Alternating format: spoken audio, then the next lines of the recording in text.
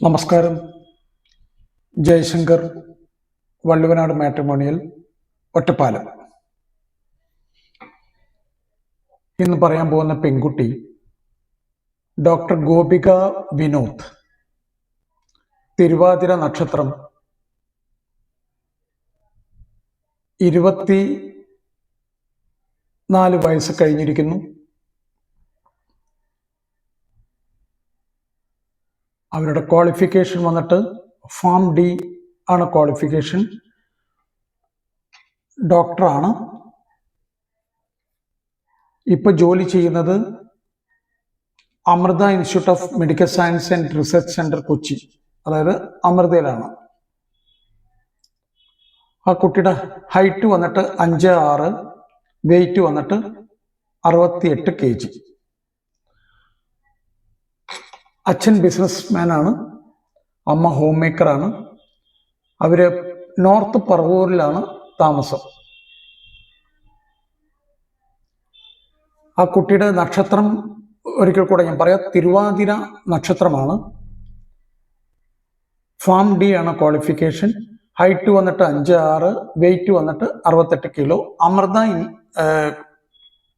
ഹോസ്പിറ്റലിലാണ് ആ കുട്ടി വർക്ക് ചെയ്യുന്നത്. ഒരിക്കൽ കൂടെ ഡോക്ടർ ഗോപിക വിനോദിനെ കുറിച്ച് ഞാൻ പറയാം. ഡോക്ടർ ഗോപിക വിനോദ്, 24 വയസ്സ്, തിരുവാതിര നക്ഷത്രം, ഫാം ഡി ആണ്. ഫാം ഡി ഗ്രാജുവേറ്റ് ആണ് ആ കുട്ടി. ഇപ്പോൾ വർക്ക് ചെയ്യുന്നത് അമൃത ഹോസ്പിറ്റലിലാണ്. അച്ഛൻ ബിസിനസ്മാൻ. നോർത്ത് പറവൂരിലാണ് അവരുടെ സെറ്റിൽ ചെയ്തിരിക്കുന്നത്, റിസൈഡിങ് അറ്റ് നോർത്ത് പറവൂർ. ഒരു ബ്രദറാണുള്ളത്, ഗോവിന്ദ് വിനോദ്. ആ കുട്ടി MBA സ്റ്റുഡൻ്റ് ആണ്, ക്രൈസ്റ്റ് കോളേജ് പൂനെയിൽ. അപ്പോൾ ആർക്കെങ്കിലും താല്പര്യമുണ്ടെങ്കിൽ തീർച്ചയായിട്ടും വള്ളുവനാട് മാട്രിമോണിയൽ രജിസ്റ്റർ ചെയ്യുക.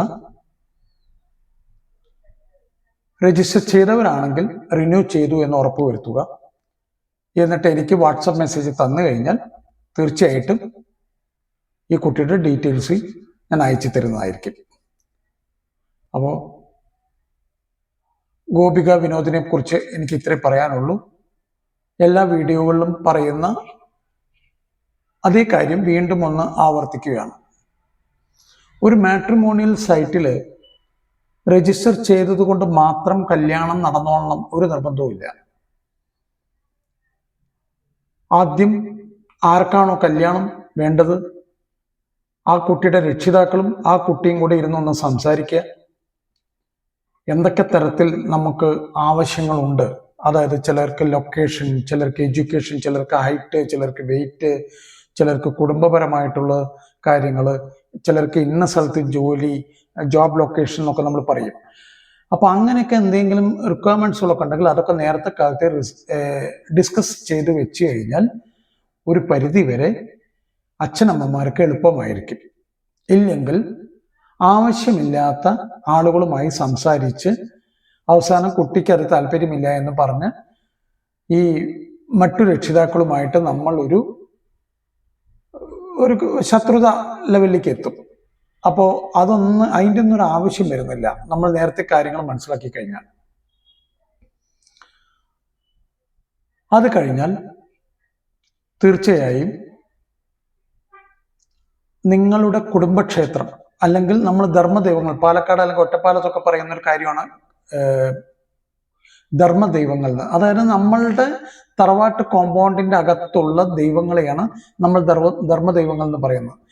ചില സ്ഥലങ്ങളിൽ ഇത് ഈ ഭാഗത്തിൻ്റെ ഒക്കെ പ്രശ്നം വരുമ്പോൾ ഇത് പൊളിച്ചു മാറ്റി ഈ ദേവി അല്ലെങ്കിൽ ദേവനെ ചിലപ്പോൾ അടുത്തുള്ള ഏതെങ്കിലും അമ്പലങ്ങളിൽ അല്ലെങ്കിൽ അന്നത്തെ ജ്യോത്സ്യന്മാർ പറയുന്നതിനനുസരിച്ചിട്ട് ഇന്ന സ്ഥലത്ത് കൊണ്ട് സമർപ്പിക്കൂ എന്ന് പറഞ്ഞിട്ടുണ്ടാവും. ആ ദിക്കിൽ കൊണ്ട് സമർപ്പിച്ചിട്ടുണ്ടാവാം. അങ്ങനെയൊക്കെ സംഭവിച്ചിട്ടുണ്ടാവാം. അപ്പൊ അതൊക്കെ ഒന്ന് ഉറപ്പ് വരുത്തുക, എവിടെയാണ് എന്താണെന്നുള്ളത് അവരെ നന്നായിട്ടൊന്ന് പ്രാർത്ഥിക്കുക.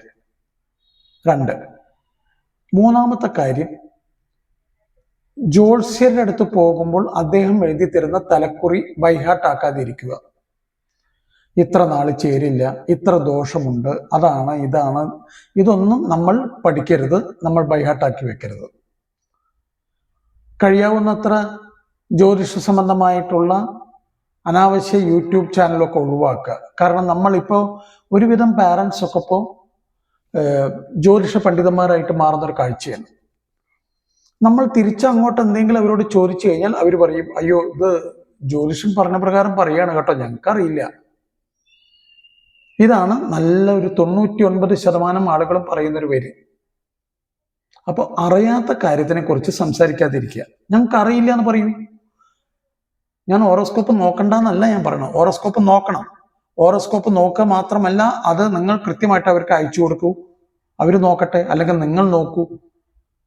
അത് പക്ഷെ നിങ്ങളായിട്ട് നോക്കിയാൽ ഇത് ചേരില്ല കേട്ടോ, ഇത് അങ്ങനെയാണ് ഇങ്ങനെയാണെന്നൊന്നും പറയേണ്ട കാര്യമില്ല.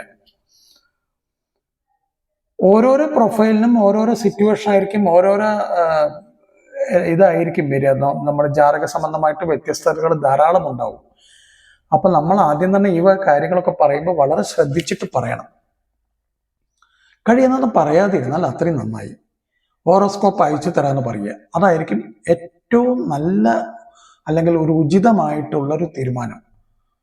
കഴിയാവുന്നത്ര അതിനെക്കുറിച്ച് സംസാരിക്കാതിരിക്കുക. കാരണം നിങ്ങൾക്ക് അറിയില്ല അത്. നിങ്ങൾ എന്ത് പറഞ്ഞു കഴിഞ്ഞാലും അതൊരു വലിയ വിഡിത്തമായി മാറും. ഇത് ഞാൻ ജ്യോതിഷം അറിയാത്ത ആളുകളുടെ കാര്യമാണ് പറയുന്നത്. ജ്യോതിഷം അറിയുന്നവർക്ക് പറയാം. പിന്നെ വീട്ടിൽ ആരെങ്കിലും ജ്യോതിഷം നോക്കുന്നവരുണ്ടെങ്കിൽ, അവരാണ് നിങ്ങളുടെ കുട്ടിയുടെ ജ്യോതിഷം എപ്പോഴും നോക്കുന്നതെങ്കിൽ ദയവ് ചെയ്ത് അവരെ കാട്ടണ്ട. അവരുടെ ഗുരുനാഥന്മാരെ കാട്ടിക്കോളൂ. അവരുടെ ഗുരുനാഥന്മാരെ കാട്ടിക്കോളൂ. അവർ പറയണത് കേൾക്കൂ. നമ്മുടെ വീട്ടിലുള്ളവർ നോക്കിക്കഴിഞ്ഞാൽ അത് ശരിയാവില്ല. ശരിയാവില്ല എന്ന് പറഞ്ഞതിൻ്റെ അർത്ഥം ഞാൻ ഉദ്ദേശിച്ചത് എന്താന്ന് പറഞ്ഞു കഴിഞ്ഞാൽ അത് ഒരിക്കലും മാച്ചാവില്ല.